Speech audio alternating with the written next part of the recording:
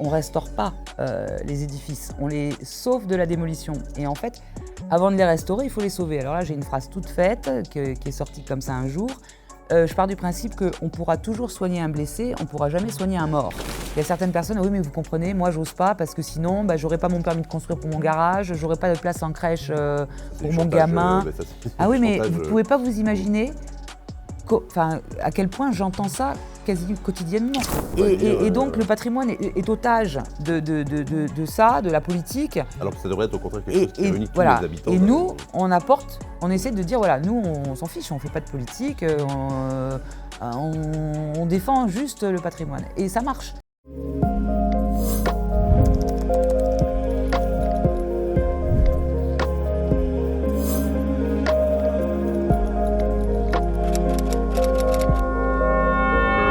Bonjour à tous, bienvenue pour ce nouvel épisode de l'émission Pour une fois.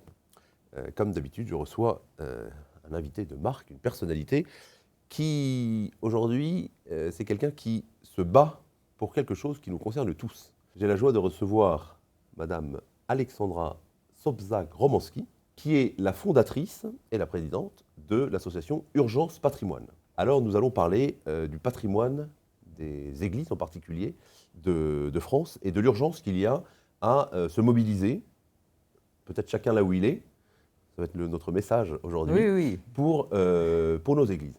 Alors, peut-être pour commencer, est-ce que vous pouvez vous présenter, quelle est votre profession, votre expérience et comment vous êtes arrivé dans ce problème? Alors bon, je vais essayer de faire très court parce que sinon c'est très long. Donc mon parcours ne laissait pas présager la création d'une association de sauvegarde du patrimoine. J'ai été antiquaire pendant 25 ans. Donc déjà baigné dans les questions voilà, j'ai des toujours belles été, pas forcément, alors belle, c'est tellement subjectif la beauté, mais dans les choses anciennes, quelque chose qui me racontait des histoires. J'étais enfant unique. J'ai beaucoup souffert de la solitude quand j'étais petite et je crois que je me suis réfugiée là-dedans parce que je trouvais que je me racontais plein d'histoires et je trouvais ça, c'était mon univers et ça allait rester et j'espère que ça le restera toujours. Et puis j'ai eu un accident de la vie, comme parfois les gens ont, donc je me suis retrouvée sans rien, avec mes 2 enfants sous le bras et donc il a fallu quand même attendre quelques temps avant que je puisse rebondir. Et à cette époque-là, j'habitais à Auxerre et un jour, je venais d'emménager à Auxerre et je suis rentrée dans l'église Saint-Pierre. Alors Saint-Pierre me poursuit parce qu'en plus maintenant j'habite à Saint-Pierre-les-Elbeufs, donc vraiment j'ai de plus en plus d'attachement à Saint-Pierre. Ouais. Et cette église m'a paru complètement, alors elle était ouverte, hein, ce qui est bien. À Auxerre, toutes les églises sont ouvertes, mais dans un état de délabrement et surtout tous les tableaux, c'était choquant. Et je me suis dit, il y a quand même urgence pour le patrimoine. Donc vous voyez, je n'ai pas été chercher bien loin le nom de l'association. Et donc c'est en voyant cette église, son état de délabrement, que vous vous êtes dit, le lendemain, je fonde une association. Oui, alors ça ne s'est pas passé comme ça parce qu'à l'époque, donc, je voulais créer un cabinet d'expertise pour les assurances, parce que j'estimais que les gens ne connaissaient pas la valeur des biens dont ils avaient hérité, les choses anciennes qu'ils possédaient, il n'y avait pas forcément de valeur vénale. Et après, je me suis dit, oui, mais alors, estimer de l'armoire Louis-Philippe tous les jours, ça va m'ennuyer. Je vais étendre ça aux édifices religieux parce que j'avais remarqué que beaucoup d'inventaires manquaient. J'avais beaucoup travaillé sur le sujet avec la police et la gendarmerie parce que ça m'intéressait beaucoup et il m'avait dit un peu, un cambriolage, c'est comme un homicide, c'est dans les 24 heures qu'il faut retrouver, sinon on ne retrouve jamais. Et donc j'avais remarqué qu'il y avait beaucoup dans les églises, peu d'inventaire était fait et c'était compliqué.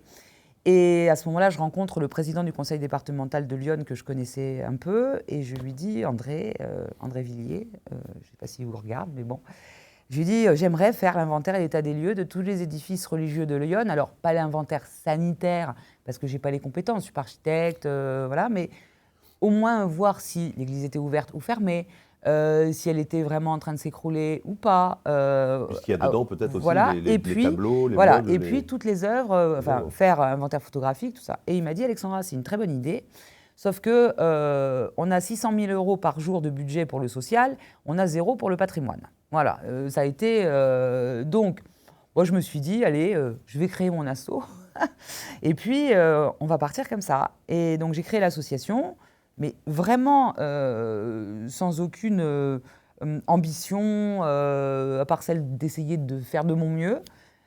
J'ai appris plus tard que faire de son mieux, c'est pas suffisant, mais bon, voilà. Et j'ai créé une page Facebook quelques mois après, et la page Facebook a explosé parce que, en fait, c'était Madame Tout-le-Monde qui s'occupait d'une cause qui, jusqu'alors, lui était pas forcément réservée, puisque c'était plutôt réservé à des gens d'un certain âge. Alors, à l'époque, j'étais jeune, belle et dynamique, j'avais 45 ans.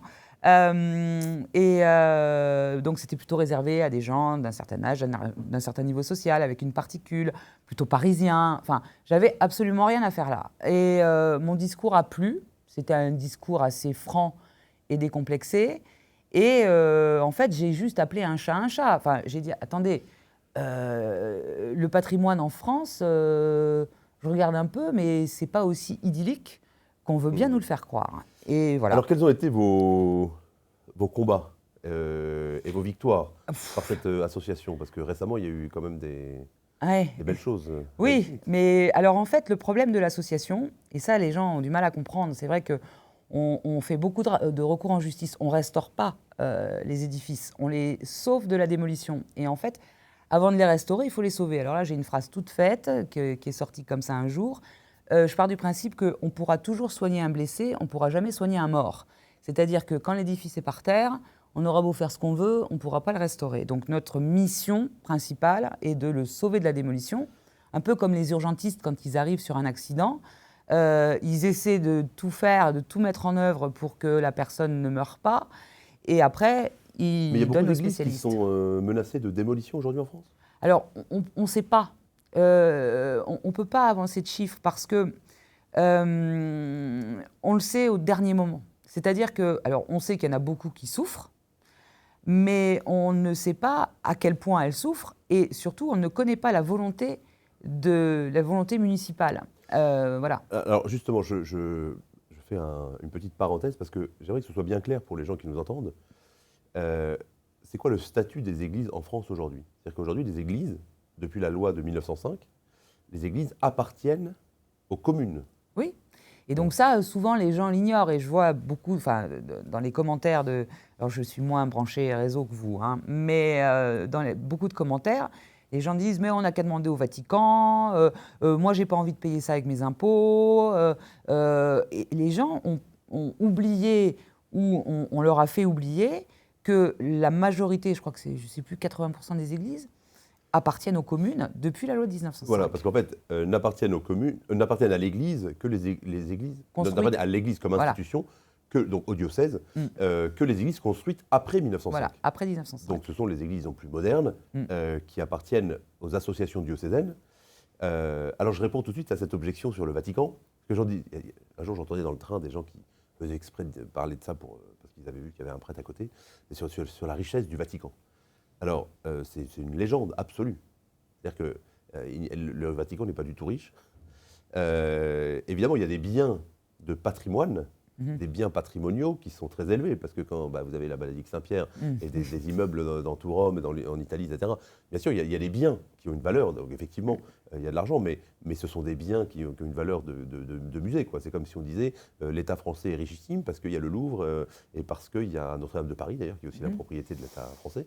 Mais disons que c'est pas du tout parce qu'il y a des bâtiments qui sont possédés par l'Église que l'Église, du coup, serait très, très riche. D'ailleurs, même pendant plusieurs années, ça a été une préoccupation, c'est une préoccupation chaque année, que le budget du Vatican a été plus ou moins en déficit. Voilà, et de plus, le Vatican n'aide pas les églises locales. C'est-à-dire que le Vatican ne paye pas les prêtres en France, par exemple. Oui, ce sont les diocèses qui, chacun indépendamment, alors parfois ils s'entraident, mais ce sont les diocèses qui payent les prêtres qui travaillent. Donc, et en général, les budgets diocésains ne sont pas très élevés. Et là encore, parfois, il y a du patrimoine. Mais s'il faut liquider le patrimoine pour pouvoir sauver d'autres patrimoines, ce n'est pas quelque chose de facile. Alors, cette parenthèse étant fermée... Voilà. Donc, on parlait des combats ou des victoires. Oui. Voilà, et donc, j'expliquais qu'on perdait beaucoup plus souvent qu'on gagnait. Donc notre combat le plus emblématique, celui qui nous a fait vraiment connaître, c'était en 2020 contre la démolition de la chapelle Saint-Joseph à Lille. Combat perdu, mais combat pour lequel on s'est battu jusqu'au bout. Après, donc le tout premier combat en ce qui concerne le patrimoine religieux, ça a été pour l'église Sainte-Rita dans le 15e arrondissement de Paris. Donc on n'a pas été les seuls mais, à nous être battus pour elle, mais on a été quasiment les premiers. Donc là, c'était une église gallicane, donc elle n'appartenait pas à la mairie du 15e arrondissement. Mais bon, voilà. Parce que c'est un cas que je connais bien, puisque c'était un prêtre de ma communauté, donc l'Institut Léon Pasteur, qui célébrait la messe sur place et qui avait proposé de récupérer l'église. Et même, il y a une photo célèbre du prêtre qui est sorti par les CRS, voilà. Avec les enfants de chœur. Oui. Et bien nous, on était là juste avant. Après, on a préféré d'autres personnes, peut-être plus proches du culte, ou, enfin, voilà, mais en tout cas pour faire le bruit et pour essayer vraiment de mobiliser au maximum les élus, et ce qui a fonctionné. On est venu nous chercher. Donc c'était moi qui avais lancé la pétition. Alors c'était la première fois que je faisais ça. Moi, je tombais là-dedans, je ne savais pas où j'allais. Mais c'était compliqué parce que c'est une propriété privée. Oui. C'était pas l'État. Et puis il y avait des histoires dessous. Bien sûr, ils voulaient construire un parking, je crois. Voilà. C'est une petite chapelle qui est entre deux immeubles. Voilà. Alors, mais pour la première fois est venu sur la table le problème de l'esthétique. Et le premier argument qui nous était opposé, c'était « elle est moche cette église ». Et je ne supporte pas qu'on dise « elle est moche cette église ». Parce qu'une église, à la base, elle a été choisie, elle a été désirée, elle a été construite sur un modèle. Il y a des gens qui ont décidé qu'elle serait comme ça et pas autrement. En plus, l'architecte, je ne me souviens plus de son nom, de Sainte-Rita, ce n'était pas un mauvais. Il y a des gens qui ont donné beaucoup d'argent pour sa construction. Il y a des artisans qui se sont mobilisés, qui ont travaillé pendant des années là-dedans. Et voilà. Et donc, je trouve qu'on n'est pas en droit de dire qu'une église n'est pas belle. Et puis, il y a un autre argument aussi, pour Sainte-Rita en particulier, c'est le fait qu'une église, ou même une chapelle, aussi moche soit-elle, en fait, fait partie de l'héritage commun de la vie d'un quartier. C'est-à-dire que même si c'est une église qui a été construite dans les années 20 ou 30, peut-être Sainte-Rita... 1906. 1906, voilà. Ah oui, juste après 1905. Ça fait quand même 100 ans que les gens de ce quartier voient ce bâtiment, passent devant tous les jours. Et en fait, on ne peut pas réduire à néant, raser un élément comme ça du paysage, ou détruire le paysage sous prétexte qu'il y a des intérêts économiques. Non, mais moi j'appelle ça le patrimoine du quotidien. C'est-à-dire que c'est un peu, tous ces édifices, pas très jolis, sont quelque part un peu comme un membre de notre famille. Et en fait, ce membre souvent, quand on a des grandes familles, alors ce qui n'est pas mon cas, et même quand on a peu de famille, mais bon, on oublie parfois les membres de la famille, on n'appelle pas quand il faudrait, voilà. Mais le jour où ce membre de la famille disparaît, c'est un déchirement. Alors j'exagère, la métaphore est un peu disproportionnée, mais c'est un peu ça. C'est-à-dire que moi, j'ai vu devant des démolitions des gens pleurer. Oui, quand je suis allée assister à l'agonie et au premier de Saint-Jean à Lille, tous les riverains, on était ensemble et on pleurait. Enfin, vraiment, c'était une émotion. Bon, parce que moi, je m'étais battue nuit et jour pendant des mois pour la sauver. Et c'était un échec et c'était vraiment. Mais on a pleuré comme si on enterrait un être cher. Et on a, alors pas tout le monde, mais les gens qui sont un peu soucieux et qui aiment le patrimoine, je pense qu'ils ont cette même réaction. Ce patrimoine de proximité, alors c'est pas Notre-Dame, mais ils l'aiment. Et quand il disparaît, voilà. Alors, entre-temps, ils font rien pour... Quand on voit les vidéos de bulldozers qui détruisent une église, c'est effrayant. C'est vraiment choquant de voir ça. On se dit, mais comment est-ce qu'on peut en arriver là? Oui, parce que, bon, c'est vrai, alors je sais qu'on ne va pas être d'accord sur le sujet. Le premier pas vers la démolition, c'est la désacralisation. Donc, il y a beaucoup de personnes qui partent du principe qu'une fois que l'église est désacralisée, elle peut tomber. C'est bien mon drame d'ailleurs. Mais alors, parce que pour préciser pour les gens qui nous écoutent, en fait, une église, donc les églises appartiennent aux mairies, donc qui est propriétaire des murs, mais affectées au culte catholique. Tant que l'église est sacralisée, elle est utilisée comme un lieu sacré. Et donc, c'est comme un propriétaire avec un locataire. Le propriétaire ne peut pas intervenir, ne peut pas faire n'importe quoi. D'ailleurs, on y reviendra sur les questions d'utilisation des églises, etc. Mais l'église s'engage effectivement à utiliser le bâtiment au moins une fois de temps en temps pour y faire le culte, un culte catholique.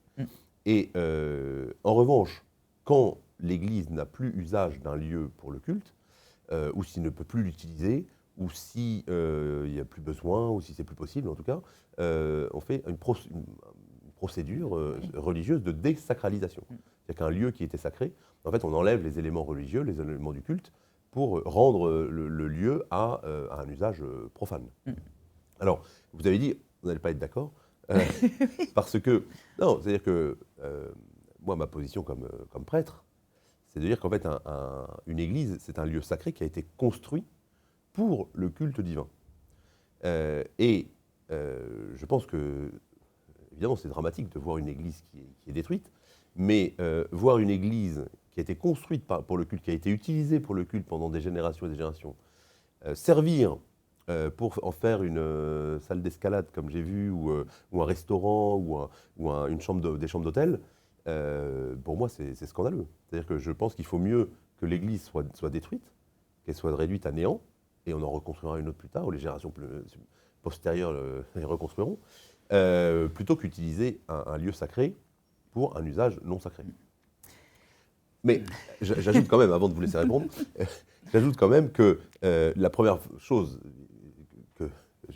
qu'il faut faire, c'est évidemment utiliser les églises pour qu'elles conservent leur lieu sacré, le caractère sacré du lieu, et pour qu'elles ne soient pas détruites. Donc il faudrait que chacun se mobilise dans son village, ceux qui ont la foi et même ceux qui ne l'ont pas, que ce soit un regard purement patrimonial ou un regard vraiment religieux, il faudrait qu'il y ait une vraie mobilisation pour ces membres de nos familles, c'est très beau ce que vous venez de dire, que sont les églises, pour les préserver, pour éviter évidemment qu'elles soient détruites.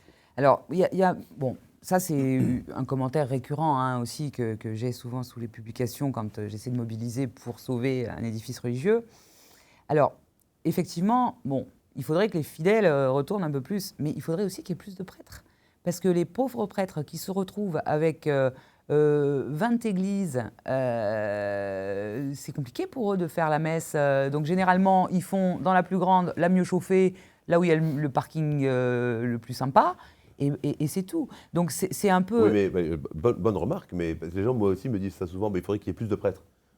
Sauf que les prêtres, on les... Oui, pas comme ça. Mais s'il y avait plus de fidèles, moi je pense... Des imprimantes 3D. Vous savez, moi je pense que tout ça, c'est lié. C'est-à-dire que moins il y aura d'églises, moins il y aura de fidèles, moins il y aura de prêtres, et moins de vocations, etc. etc. Donc pour qu'il y ait des prêtres, pour qu'il y ait des vocations, il faut qu'il y ait plus de fidèles. Voilà, mais il faut qu'on ait des églises ouvertes aussi, qu'on ait plus parce que là, franchement, moi je pense que le processus là, s'est accéléré sur les 30 dernières années. Il y a des églises qui n'ont pas eu de campagne de restauration depuis plus de 50 ans. Je veux dire, qui sont dans un état, qui sont proches, pardonnez-moi, de l'extrême-onction, et qui tiennent plus qu'un fil. Et à chaque fois, quand le maire n'est pas très... que le patrimoine, il s'en fiche un peu, c'est mon successeur récupérera le bébé et il fera bien ce qu'il voudra avec. Mais voilà, et c'est comme ça que depuis des décennies, on n'entretient plus. Donc on ferme pour des raisons de sécurité. On attend quoi ? On ne sait pas. Et voilà, et on fait la messe à 5-6 km, mais des gens âgés qui n'ont pas forcément de voiture, ils ne vont pas à la messe parce que c'est trop loin. Enfin, avant, c'est un peu pour trouver du boulot, comme notre cher président l'a dit, il fallait traverser la rue. Avant, il fallait traverser la rue pour aller à la messe.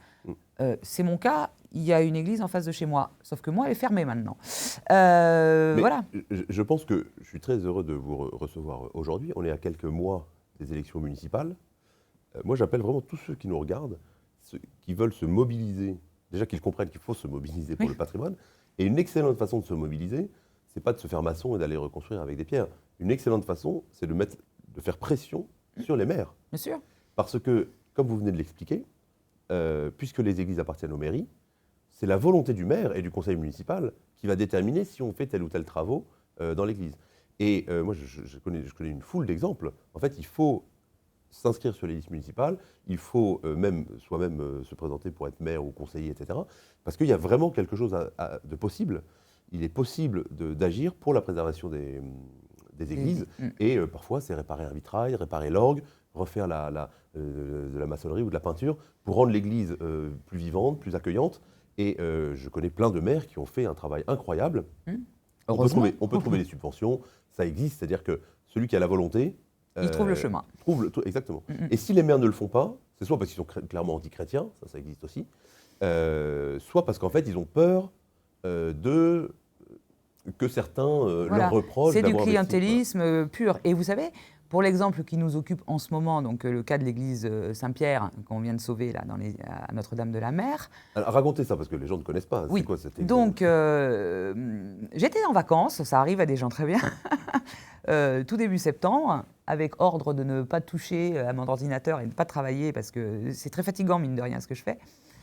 Et d'un seul coup, j'allume quand même mon téléphone et je vois que beaucoup de gens m'ont identifié sous un article de presse qui annonçait la démolition prochaine, la démolition possible de l'église Saint-Pierre à Notre-Dame-de-la-Mer. Notre-Dame-de-la-Mer, c'est un petit village de 700 âmes qui est un regroupement de communes, pas loin de Vernon. Alors, c'est quand même dans les Yvelines, mais pas loin de Giverny, voilà. Bon. Pourquoi ça s'appelle Notre-Dame-de-la-Mer ? Parce qu'il y a la chapelle Notre-Dame-de-la-Mer, qui est un lieu de pèlerinage le 15 août, qui est très très connu dans le village, et c'est pour ça que le village a pris le nom de la chapelle. Voilà, donc il y a une chapelle qui est très bien entretenue, vraiment, et celle-là, qui est l'église Saint-Pierre. Alors, au début, on l'a appelée la chapelle Saint-Pierre, mais c'est vraiment une église, c'était l'église du village. C'était l'église, le village à l'époque, avant le regroupement, ça s'appelait Port-Villez, et même Monet alors, il n'a pas peint l'église, mais il a peint dans le coin, et, quand il était à Giverny. Et en fait, elle n'a pas de chance, cette église, parce qu'elle se trouve au ras de la départementale. Ce qui n'était pas le cas, bien sûr, quand elle a été construite au XIIe siècle. XIIe siècle, parce que, je fais une parenthèse, mais jusqu'alors, toutes les églises qui sont menacées de démolition, elles sont 19e ou 20e, parce que les sachants disent que architecturalement parlant, c'est pas terrible, donc on peut les démolir. Bref, mais celle-là est du 12e. Et voilà, donc il y a une grosse route qui passe juste à côté, et un peu plus bas, il y a la voie ferrée. Donc, bon, il doit y avoir 4 places de stationnement à tout casser. Donc c'était certainement, elle a été jugée trop dangereuse et pas pratique. Donc maintenant les offices se font tous à Bonnières, une commune qui est à 5-6 km, c'est tout. Donc elle a été fermée depuis, je crois que les derniers offices ont eu lieu en 2010. Il y a une quinzaine d'années qu'elle est fermée complètement. Et donc le maire était très ennuyé parce qu'il ne faut pas oublier, alors c'est vrai qu'on tire beaucoup à boulet rouge sur les élus, mais il ne faut pas oublier que le maire doit surtout veiller à la sécurité des biens des personnes. Oui. Et que la dangerosité de l'édifice, voilà, c'était compliqué. Une commune de 700 habitants, ça veut dire pas beaucoup de subventions. Tout était très compliqué. Bon, nous avons eu beaucoup de chance d'avoir affaire à un élu extrêmement attentif, qui a, parce qu'on a fait une pétition, qui a recueilli 13 000 signatures. Il s'est fait traiter de tous les noms, il y avait des gens qui l'appelaient. Dès qu'on a annoncé que cette église risquait la démolition, il s'est fait insulter, tout, ça a été... Oui, mais qui ont été un peu trop loin dans le... Mais il m'en a pas voulu. Parce qu'il m'a dit, Alexandra, grâce à vous, on est là ensemble, donc on s'est retrouvés ensemble pour la première fois le 30 septembre, donc c'était vraiment il n'y a pas longtemps. Et j'étais accompagnée d'un directeur de recherche du CNRS qui est spécialiste des charpentes médiévales, parce qu'on n'a pas de sous, nous, dans l'asso, mais on a un réseau absolument énorme de professionnels du patrimoine. Et, donc, Frédéric Époux m'avait accompagnée. Et donc, lui, il a l'habitude, il a restauré aussi, il a sauvé plein d'églises avec des chantiers bénévoles et tout ça. Donc, il a dit au maire, écoutez, voilà, à la louche, à les travaux d'urgence, allez, 50 000, 60 000 maximum. On avait eu les devis qui étaient de 600 000 € pour l'ensemble de la restauration. Donc le maire, entendant qu'il faudrait diminuer le... Ah non, mais là, c'était les travaux de mise en sécurité. D'accord. C'est-à-dire que, et au moment où on s'est rencontrés, il devait y avoir...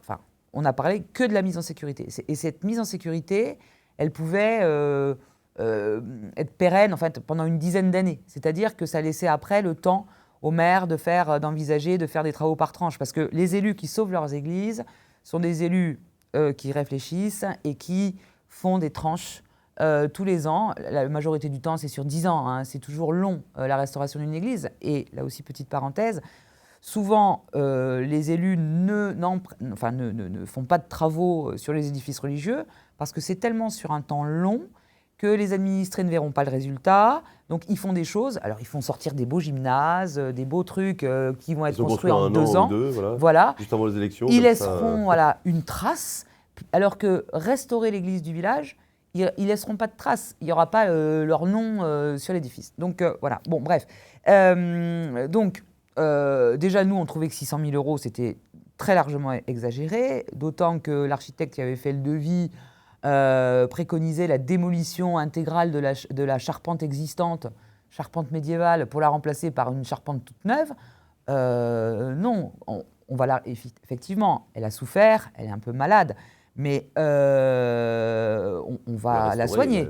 Voilà, mais on n'est pas, et ça coûtera moins cher de la soigner plutôt que de tout enlever. Et donc vous avez réussi à mobiliser les gens pour 60 000 €. Donc, je me suis dit, alors ça m'avait traversé l'esprit il y a quelques années, en 2017 exactement, il y avait l'église d'Annan dans la Nièvre qui avait été démolie, église 19e, il fallait 100 000 € pour la sauver. Bon, la maire n'a pas cherché beaucoup parce que 100 000 € de subvention, elle aurait pu les trouver, mais peu importe. Et il y avait une association qui n'était pas la nôtre, qui avait lancé une pétition, il y avait eu 15 000 signatures.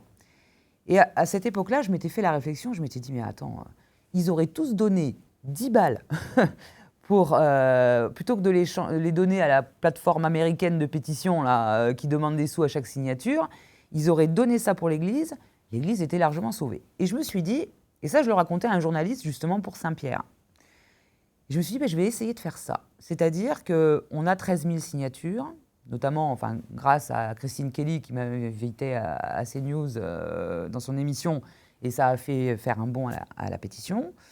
Et donc on lui doit beaucoup. Et en fait, voilà, on a envoyé un mail aux 13 000 signataires, et on leur a dit, voilà, il faut 60 000 €. 5 € par personne. Voilà. Est-ce que... donc on a fait un formulaire de promesse de don. Donc on a eu 50 000 € de promesses. Donc maintenant, ça y est, on vient de libérer, de passer à la réalité. Donc on sait qu'on va perdre des gens parce qu'il y a des gens qui ne tiendront pas leurs promesses. Mais il y en a d'autres qui n'ont rien promis et qui vont donner. Et il y a cette espèce d'élan citoyen qui permet donc... c'est une somme alors qui est importante, mais qui n'est pas très importante par rapport aux devis absolument colossaux qu'ont les élus. Ça permet de mettre donc l'Église en sécurité. Miraculeusement, parce que là, tout est miracle dans cette histoire. Est-ce qu'une association peut prendre en charge les travaux dans une église ? Alors là, c'est la mairie qui va rester, qui va assurer la maîtrise d'œuvre. Enfin, il est propriétaire. Oui, mais dire que vous pouvez faire un don à la mairie de 50 000 €. Nous, on fera le don à la mairie. Alors, tous nos dons avec l'obligation pour la mairie d'utiliser l'argent pour... Ah bah oui. Et là, on va suivre le dossier. Alors, une fois qu'on aura donné ces 60 000 € et que les travaux d'urgence seront en cours, le maire, de toute façon, nous a demandé qu'on ait toujours un œil sur le dossier jusqu'au bout. Alors, le petit miracle, même l'énorme miracle. Alors, premier miracle, à 2 jours près, l'église était désacralisée. On a, là aussi, dit au maire, non, désacralisez pas. Il n'a pas désacralisé, mais l'évêque avait dit oui. Et l'évêque avait donné son accord parce qu'il avait dit, mais moi, au diocèse, j'ai pas un rond, je peux rien faire, je peux pas m'opposer. Ça m'attriste, mais je ne peux pas m'opposer à la désacralisation. Et donc, 2 jours après notre rencontre avec le maire, il y avait la visite de la DRAC et du préfet.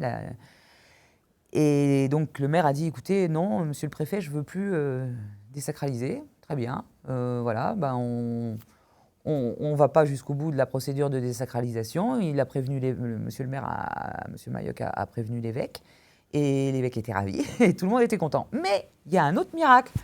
Alors qu'il y a un mois, elle devait finir sous les pelleteuses,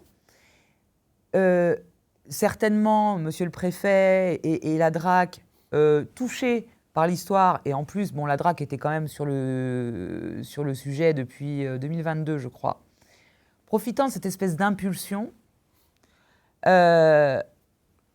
tout tous les robinets vont être ouverts. Donc, les subventions vont aller jusqu'à quasiment 90%. Donc, ça va quasiment rien coûter à la commune. Et en plus, alors c'est un scoop, l'église va être protégée au titre des monuments historiques. C'est du XIIe siècle, oui. Oh, mais ça ne veut rien dire, puisque la preuve, elle ne l'était pas. Ce qui veut dire que, en théorie, ça la protège maintenant de la démolition. On ne peut pas démolir. Alors, si, il faut faire toute une procédure. Je voulais vous poser une question. Une ministre, je ne sais plus qui, c'est Rachida Dati, de la culture, je ne sais plus qui, mais avait proposé, avait suggéré, ou avait laissé entendre qu'on pourrait faire payer l'entrée de Notre-Dame de Paris pour récolter de l'argent au profit du patrimoine et donc financer des sauvegardes et des restaurations de petites églises dans la campagne. Alors, qu'est-ce que vous en pensez ? J'adore cette question. Donc là aussi, hein, moi, j'ai pas, voilà, bon, mon avis n'engage que moi et je ne tiens pas la vérité absolue, hélas. Mais bon, je vois à quel point ça a choqué des gens qu'on puisse envisager le paiement, de rendre payantes certaines églises. Alors ça se fait dans d'autres pays d'Europe et ça pose pas de problème. Hein. Ça, je le comprends et je veux bien, je me dis, ils ont peut-être raison, les gens. Mais en revanche, alors ce qu'on pourrait bien faire, moi, je suis pas allée sur le site encore, j'ai pas vu comment ça fonctionnait. Mais déjà, il faut s'enregistrer pour pouvoir accéder à la cathédrale. Bon, déjà, sur le formulaire de réservation, il y aurait un petit truc, donner un petit bandeau, soutenez le patrimoine religieux français à l'abandon, en déshérence, en tout ce que avec vraiment une image d'église avec des ronces qui montent partout.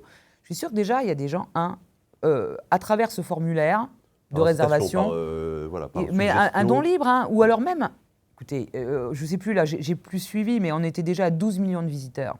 Vous imaginez s'il y avait eu 12 millions à 1 euro ? Ça faisait 12 millions d'euros quand même, enfin, je ne sais pas compter, mais là un peu. Et donc cette possibilité-là, ou tout simplement à la sortie de l'église, on met une borne. Par exemple, à Saint-Ambroise, il y a une borne où on peut faire des dons. C'est dans le 11e, l'église Saint-Ambroise. C'est possible, je ne sais pas. Très belle, très très belle, j'adore. D'ailleurs, Madame Hidalgo est en train de la restaurer, c'est bien. Mais voilà, il y a une borne à dons et les gens donnent. Et on mettrait une borne ou deux, comme ça, à la sortie de l'église. Moi, je vais vous donner mon avis sur la question. Ce qu'on voit par exemple à la cathédrale je suis allé à Florence récemment. En fait, vous avez une entrée pour les touristes et vous avez une entrée différente pour les gens qui veulent prier. Et pour être allé à Notre-Dame de Paris récemment, depuis la réouverture, en fait, la majorité des gens qui vont à Notre-Dame de Paris sont les touristes qui se comportent dans Notre-Dame de Paris comme s'ils étaient dans un musée et sans aucune révérence pour le caractère sacré du lieu. Bien sûr. Et donc, je pense qu'il faudrait qu'il y ait deux systèmes, c'est-à-dire qu'il y ait une entrée pour les gens qui veulent prier, avec un accès particulier. Par exemple, à la cathédrale de Florence, en Italie, c'est très bien fait. C'est-à-dire que si vous voulez rentrer pour là où il faut prier, vous avez accès vraiment à une très grande chapelle, au chœur, etc. Donc, vous voyez vraiment l'église. Vous pouvez aussi regarder, hein, c'est pas interdit. Et en revanche, il y a un gardien à l'entrée qui dit ici, c'est pour prier. Et voilà. Et alors, il y a une autre entrée, l'entrée principale, et là, je pense que c'est payant, effectivement. Donc, moi, ça ne me choquerait pas qu'à Notre-Dame de Paris, on dise touristes, les gens qui viennent là simplement pour voir le bâtiment, eh bien... Moi, je pense qu'il y a plein de gens qui grugeraient, quoi, qui se diraient non, je vais prier pour ne pas payer. Franchement... mais si ça incite les gens à prier, qu'ils prient. Bon, mais entre nous, j'avais discuté avec une dame qui habitait pas très loin de Notre-Dame. Et je lui avais dit, mais écoutez, franchement, entre nous, si vous avez envie de prier, est-ce que vous allez à Notre-Dame ? Quand vous êtes parisien, vous avez quand même pléthore d'églises. Vous n'êtes pas obligé d'aller chez Disney. Ah oui, non, mais là, je suis pas... Bah non, parce que justement, c'est pas Disney. Oui, mais on en a fait. Ah bah non, mais il ne faut pas, c'est ça. Voilà. On ne peut pas priver les gens qui veulent prier de Notre-Dame de Paris, qui était le... Bien sûr, mais... Parce qu'un autre élément dont on n'a pas parlé, qui m'est venu il faudrait faire au moins 5 heures d'enregistrement. Non, c'est que, en fait, on dit les églises appartiennent aux mairies. mais elles ont été volées à l'Église. Oui, Donc, la loi de 1905, oui, la privatisation, je ne sais pas comment on appelle ça, mais les églises appartenaient à l'Église et l'État a réquisitionné ces églises. Et ce qu'on oublie de dire, c'est que surtout l'État a spolié l'Église de tous les biens de patrimoine ou de terre qui permettaient à l'Église d'entretenir les bâtiments religieux. Parce qu'évidemment, une église, ça ne rapporte pas d'argent, si ce n'est la quête. Mais, mais c'est pour alors qu'avant, bien sûr, comment l'Église fait pour entretenir les bâtiments, c'est grâce à des immeubles ou des terrains qui sont loués et qui permettent, dont les revenus permettent d'entretenir les églises. Donc quand l'État a spolié l'Église de tous ses biens, parce qu'il y a un scandale, il y a un vol, clair et net, et bien, en échange, l'État s'est porté garant de la sauvegarde des églises, mais l'État ne l'a pas fait du tout. Donc c'est un devoir de l'État et donc des mairies de sauvegarder ces bâtiments. Ah mais oui. Pourquoi ? Parce que ces bâtiments étaient construits par le fruit et les dons de nos ancêtres, qui pendant des générations et des générations ont donné de leur argent personnel pour construire l'église. C'est ce que je disais au sujet de Sainte Rita tout à l'heure. Mais exactement. Et en fait, il suffirait... Alors, Victor Hugo l'avait dit au sujet des édifices remarquables. Il avait dit il suffirait d'une loi qu'on la fasse. Bah là, on l'a, la loi 1905, il faudrait simplement la faire appliquer. Et le problème, c'est que cette loi n'a jamais été appliquée. Alors, des gens un peu disent ah bah oui, mais il n'y avait pas de durée. C'est-à-dire que on disait aux communes qu'il fallait qu'elles entretiennent leur patrimoine religieux, mais à partir de quand, à quelle fréquence, voilà. Et c'est comme ça qu'on se retrouve avec des églises qui tiennent par l'opération du Saint-Esprit. Pardon. Mais d'un autre côté, ce que toutes les communes de France ont en commun, c'est d'avoir une église. Et en général, dans les petites communes, si vous allez dans les campagnes, le seul élément de patrimoine, la seule chose belle et qui est centrale en plus en général, c'est l'église. Donc l'indifférence envers l'entretien du bâtiment est tout à fait scandaleuse. Bien sûr. Parce que même si les gens ne sont plus pratiquants, et je suis le premier à le regretter, donc première façon de rénover son église et de participer à la rénovation du patrimoine, c'est d'aller à la messe le dimanche, d'aller prier dans son église, éventuellement de se porter volontaire pour faire du ménage, déjà pour que les lieux soient bien entretenus. Non, mais alors, je profite de ça pour rebondir sur, quand vous dites, moi je préfère qu'elle soit rasée plutôt que transformée en quelque chose, une fois qu'elle est désacralisée. Le problème, c'est que là, peut-être il ne faut pas être alarmiste, mais peut-être dans 20 ans, ça va être une hécatombe. Parce que s'il n'y a pas un ministre de la Culture qui prend le problème à bras-le-corps et qui va chercher des solutions, les évêques de France ont pris ça d'ailleurs au sérieux. L'année dernière, l'année dernière, je pense, oui. Il y a eu un peu un état des lieux. Oui, et heureusement, ils ont fait ça, mais c'est resté un peu anecdotique, malheureusement. Oui, mais c'est dommage. Et d'ailleurs, il faudra que je m'en rapproche parce qu'au moins, on aura un peu des... Je crois que c'est un observatoire du patrimoine religieux. Ah non, alors là, l'observatoire du patrimoine religieux, comme son nom l'indique, observe. Donc, mais quand il y a une église qui est menacée de démolition, c'est nous qui y allons. Il n'y a personne d'autre qui veut y aller. Parce que ça ne rapporte pas d'argent, parce que la souscription, ça va pour l'église, mais ça ne va pas à Urgence Patrimoine. Donc, à partir du moment où les choses... Nous, on n'a pas de subvention publique parce que justement, on veut garder cette liberté, cette indépendance de parole. Parce que quand on touche des subventions, on est obligé quand même de la mettre un peu en veilleuse, et c'est pas le genre de la maison. Donc voilà, c'est très difficile de travailler dans les conditions dans lesquelles on travaille, mais au moins on essaie d'agir. Et en fait, donc, pour en revenir à ce que vous disiez, donc, je comprends votre position par rapport à la désacralisation, mais imaginez qu'une église sur deux soit rasée. Je veux dire, c'est terrible, parce qu'on veut les affecter à autre chose. Je veux dire, ces édifices sont des marqueurs de notre identité. Si on veut rester... on n'a plus beaucoup de raisons d'être fiers. Je trouve notre culture est en train d'être complètement effacée. On nous pond des trucs. Alors, on passe pour des has-beens et pour des vieux réacs quand on défend... les choses quand on aime les choses un peu anciennes, mais même pour le mobilier, regardez les gens, maintenant c'est tout vide, tout blanc, tout... bon bref, c'est un autre débat. Oui. Mais c'est l'ickéaïsation de la France, mais c'est exactement ça. Et en détruisant tous ces édifices, on supprime notre identité. Alors, bon, on se doute un peu pourquoi, mais au contraire, je pense que quand on doit intégrer d'autres communautés, et ça, j'avais été édifiée par le politologue Alexandre Delval, qui avait écrit le petit traité de déculpabilisation. Et en fait, il avait expliqué que, par exemple, au Brésil, il n'y avait absolument aucun problème d'intégration de personnes d'autres religions, d'autres communautés, parce que le peuple brésilien était un peuple fier de ses origines, fier de sa culture, et que dans ces cas-là, on s'intégrait parfaitement bien. Nous, on s'excuse d'être chrétiens, on s'excuse d'avoir des églises. Certains s'excusent au nom des autres. Oui, mais on est quand même dans... quand on voit ce qui se passe, on est tout le temps dans la carpette, quoi. C'est pas possible. Et quand on voit le nombre d'élus, mais au demeurant très sympathiques, très sympas, et qui adorent leurs églises, mais qui nous disent « Ah ben ouais, mais vous comprenez, si je mets trop d'argent, il y a des contribuables qui vont pas être contents. » Et d'ailleurs, si on a proposé, parce que c'est réfléchi, ça a été fait dans l'urgence, comme notre nom l'indique, pour Saint-Pierre, mais si on a proposé de prendre en charge les travaux d'urgence, c'était pour qu'il n'y ait pas de polémique. C'est-à-dire qu'il n'y ait pas quelques administrés qui disent oui, mais on va mettre de l'argent là-dedans, alors qu'il faudrait en mettre pour refaire la route, ou pour refaire je sais pas quoi, voilà.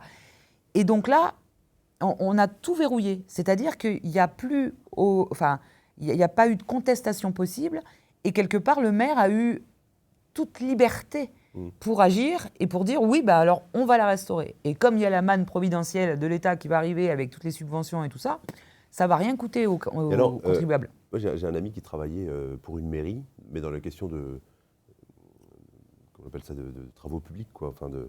Et il m'avait montré des budgets pour refaire la place d'un village. Et en fait, c'est des sommes astronomiques. On ne s'en rend pas compte, mais quand on fait faire un rond-point, ça coûte des millions d'euros. Ah oui. Ou alors, quand dans le village, ils ont installé des vaches en plastique, oui. Pas en plastique. En résine, oui. Non, ouais, en résine ou en béton, ou je sais pas quoi. Alors que c'est un lieu où il n'y a pas de vaches, traditionnellement. C'est pas grave. Et puis ils ont refait les parterres de fleurs, etc. En fait, ça coûte très, très, très cher. C'est des centaines de milliers d'euros.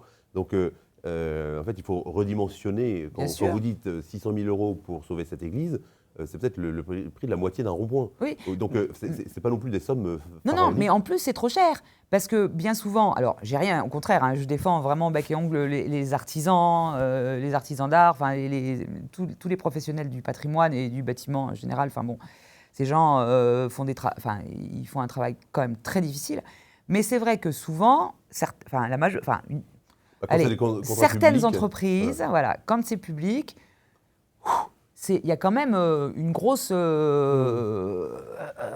gros écart. Donc il faut que le maire, les élus, se chargent vraiment de faire différents appels d'offres. Et en fait, il faudrait...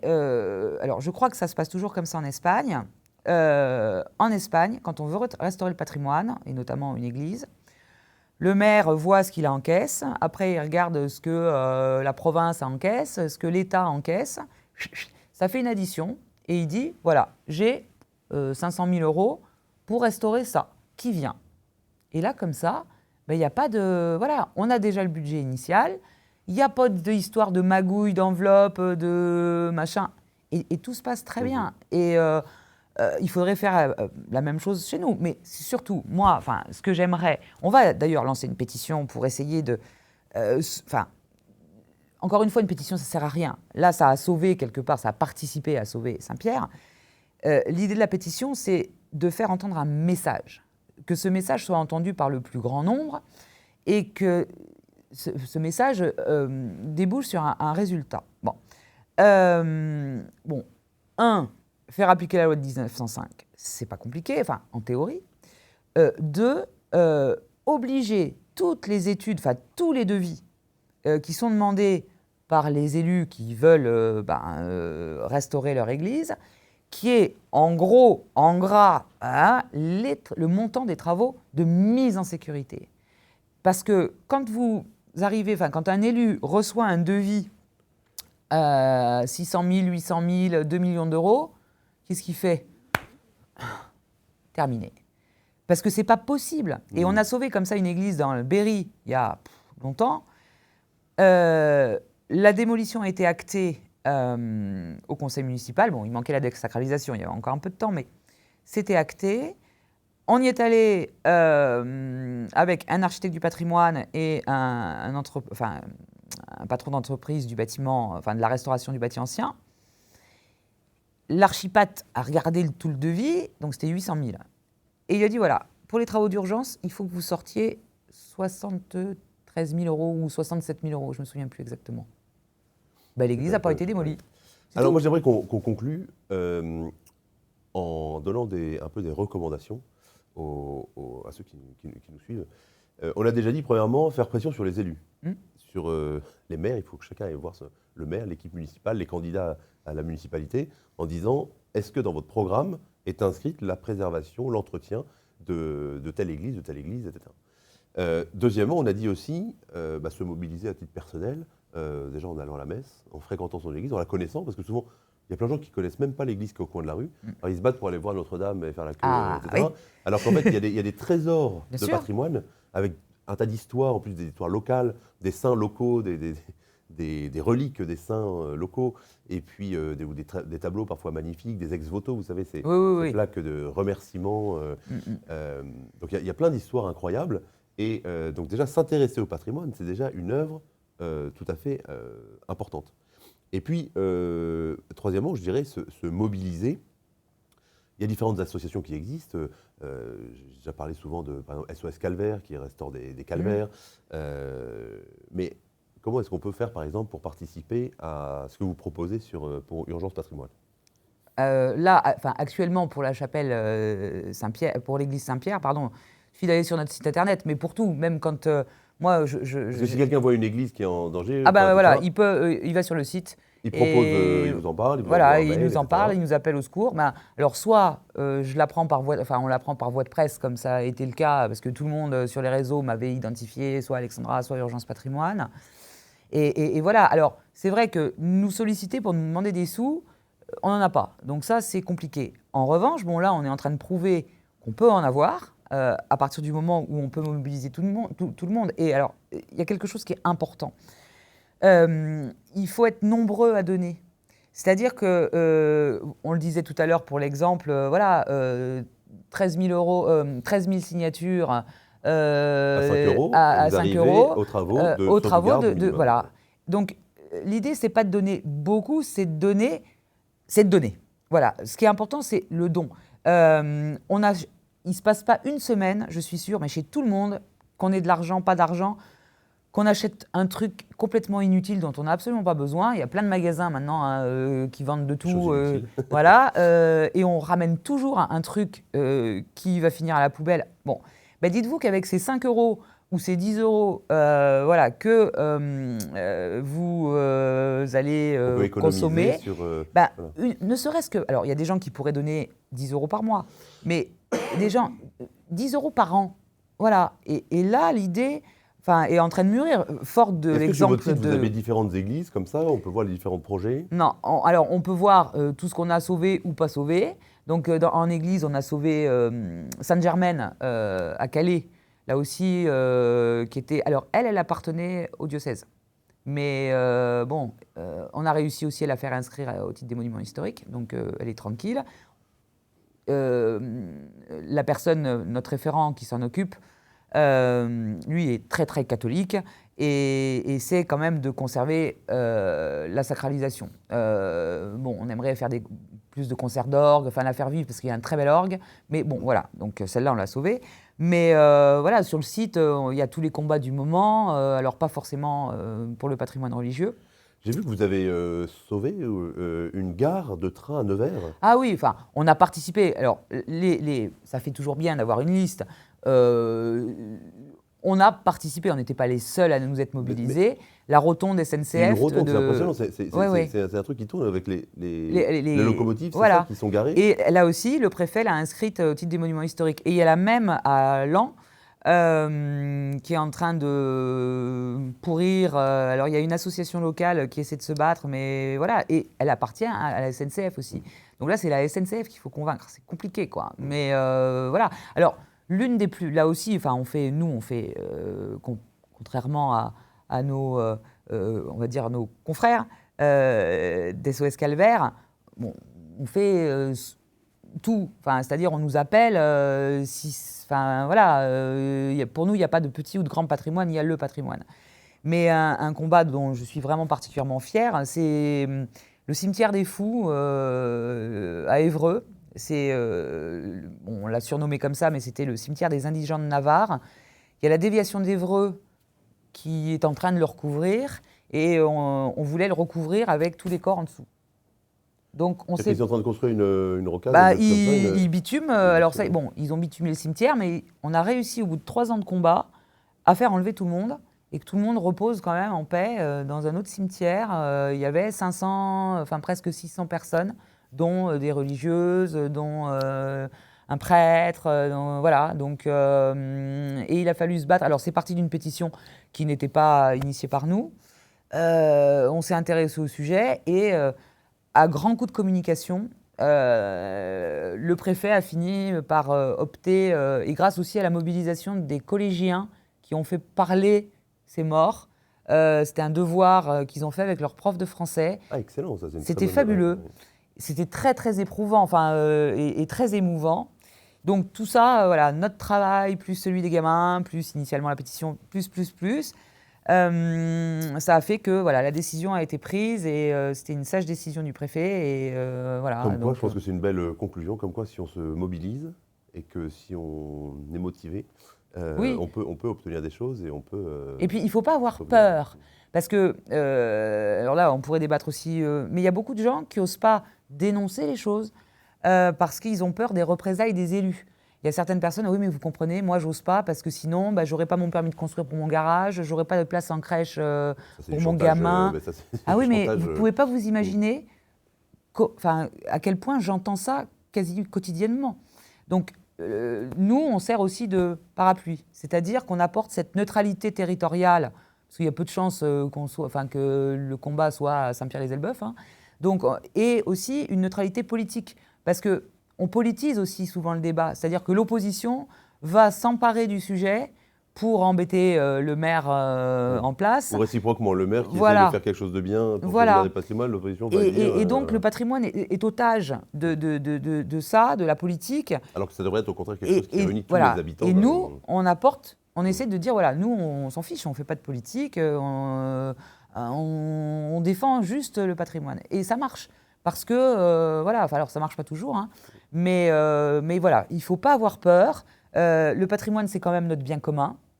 On devrait d'ailleurs avoir la possibilité d'avoir 10% de nos impôts qui sont dédiés à un sujet qui nous intéresse. Comme c'est le cas en Italie, par exemple, voilà. On peut choisir... Parce que moi, franchement, le stade de foot ou les vestiaires là, tout neufs de mon bled, je m'en fous, je ne joue pas au foot, moi. Mais en revanche, j'aimerais bien que l'église en face de chez moi, elle soit réouverte et restaurée.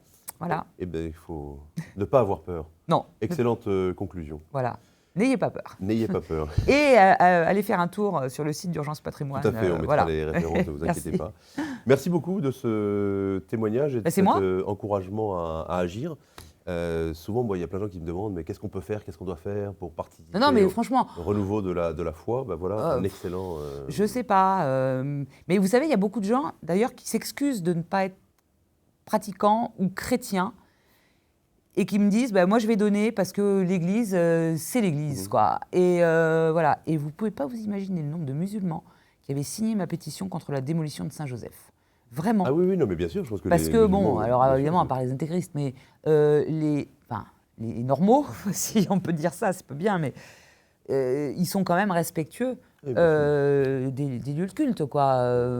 Voilà, donc mais franchement, la prochaine fois que vous direz, vous penserez, oui, mais c'est mieux qu'elle soit par terre plutôt que transformée en restaurant, pensez à ça. Si demain, il n'y a plus de clocher, on est perdu, quoi. C'est une question d'identité, de culture. On est perdu, c'est fini, quoi. On n'existe plus. C'est vraiment... et moi, il n'y a rien à faire. Même quand je rentre dans une église désacralisée, alors des fois, je ne le sais pas toujours, hein, mais il y a quelque chose, quoi. Moi, je ressens, on ressent des choses. Ces pierres, elles sont, même si elles sont désacralisées, mais elles sont empreintes de quelque chose. Il est là, même s'il n'est plus là. Je ne sais pas si on peut dire, voilà. Liturgiquement. Ouais, parlant. c'est vrai que moi, je me souviens, une fois, j'ai célébré la messe dans une abbaye en France où il y a encore des moines. Et puis, je célébrais la messe, c'est une abbaye du Xe siècle, XIe siècle. Alors, les murs, peut-être datés du XIIe ou XIIIe siècle, mais je me disais, en fait, devant moi, j'ai une pierre qui est là depuis 800, 900 ans. Et un petit hôtel comme ça, et pendant des siècles et des siècles, cette pierre-là Oui, bien sûr. a vécu cette vie liturgique, cette vie religieuse. Donc, En fait, les pierres portent voilà, quelque chose. vous vous rendez compte, enfin, je veux dire, tous les gens qui se sont... ça m'a toujours fascinée, petite. Je me disais, oh là là, je marche là où... D'autres ont marché. Voilà, où d'autres ont marché, ou alors quand c'est un endroit, le jour où je suis arrivée à l'Acropole, quand j'avais 12 ans, je me suis dit, ah, tout le monde a marché, même si, parce que j'étais un peu, enfin, voilà. Enfin, c'est... Et voilà, et moi, je trouve que... et même un édifice le plus... Enfin, aussi humble soit-il, là, cette chapelle, je vous assure, l'intérieur, c'est un peu la désolation. Mais on rentre dedans, il y a un truc, quoi. C'est pouf. Et je suis, franchement, bon, c'était un peu, non, mais j'exagère même pas quand je dis tire à sauver mes maisons. C'était un peu ça, quoi. D'ailleurs, on l'a pas dit ça, on m'avait surnommée au départ la Jeanne d'Arc du patrimoine. Maintenant que j'habite à côté de Rouen, je vous assure que je flippe. Mais c'est vrai, il y avait ce côté... Non, c'est plutôt Saint François d'Assise qui avait vu en rêve l'église de son village s'écrouler. Ah, je sais pas ça. Et qui devait retenir l'église de la destruction. Ah ben donc, ça, j'ignorais. C'est ça qui a été le déclic pour non pas restaurer l'église avec les pierres. Ceci dit, il a commencé d'ailleurs par reconstruire une petite chapelle, mais ensuite reconstruire l'église avec les pierres vivantes, les pierres humaines. Et vous savez, alors c'est pas pour non plus rejeter la culpabilité sur les prêtres, mais il y a aussi un problème de personnes. Il y a des prêtres qui font ça le comble. Hein. Moi, j'en connais. Hein. Il y a un monde à l'église, et puis il y en a d'autres. Le mien... Oui, c'est dur. Ce qu'on ne va pas à l'église pour le prêtre, on va à l'église pour la parole, mais même... il y a bon Dieu, pour le culte, pour un culte à Dieu. Oui, mais dans ces cas-là, j'ai pas besoin d'aller à la messe. Je vais à l'église. Ah, mais non, bien sûr que non. On ne va pas à la messe pour le prêtre, on ne va pas à la messe pour écouter les choses. On va à la messe pour participer au sacrifice du Christ, qui dépasse bien sûr la personne du prêtre. Et puis bon, après, moi, j'ai mon problème de divorce, donc je ne peux plus communier. Et ça me dérange, parce qu'il y a plein de gens qui ne sont pas mariés, ou qui sont du même sexe, qui ne sont pas mariés, et qui communient, et moi, je n'ai pas le droit. Et ça me pose un problème. Non, mais ça, c'est pas que vous n'avez pas le droit. Bah non, normalement, je suis remariée, donc voilà. Oui, c'est pas une question de droit, parce que c'est pas un droit de communier. Non mais, si, par rapport... Mais mon mari, qui connaît les évangiles par cœur, qui parle même araméen, il a dit, Christ, il n'a jamais dit qu'on n'avait pas le droit de communier quand on était divorcés. Mais bon. La seule chose dont on n'a pas parlé, c'est les actes de vandalisme. J'ai une toute petite phrase très courte. Tout le monde crie au scandale quand il y a une effraction. Tout le monde est dévasté quand il y a un incendie. Donc tout le monde donne des sous. Quand il y a une statue renversée, on barricade tout et tout. Enfin, pour moi, le plus grand acte de vandalisme, le premier pas, c'est fermer son église. Ça, c'est un acte de vandalisme. Parce que là aussi, la loi de 1905, normalement, l'édifice doit être ouvert. Ce sont les prêtres qui ferment les églises pour éviter... Oui. Les prêtres, non, ou les mairies qui ferment les églises pour éviter qu'il y ait des actes de vandalisme. Oui, mais le problème, c'est que souvent, c'est la nuit. Hein, donc la nuit, elles sont fermées. Donc c'est souvent la nuit qu'elles sont vandalisées. Enfin bon, peu importe. Mais là, vous dites ça, mais c'est pas si simple, parce qu'en fait, là où les églises sont ouvertes, c'est qu'il y a quelqu'un du village qui vient tous les matins ouvrir l'église et tous les soirs la fermer. Non, mais alors, là, c'est pareil, on aurait pu débattre, mais bon, ça sera peut-être une autre occasion. Mais la vidéoprotection, on en colle partout. Alors, je ne dis pas, éventuellement, pas la mettre dans l'église, mais à l'entrée de l'église. Maintenant, pour 3 000 €, vous équipez un édifice complet.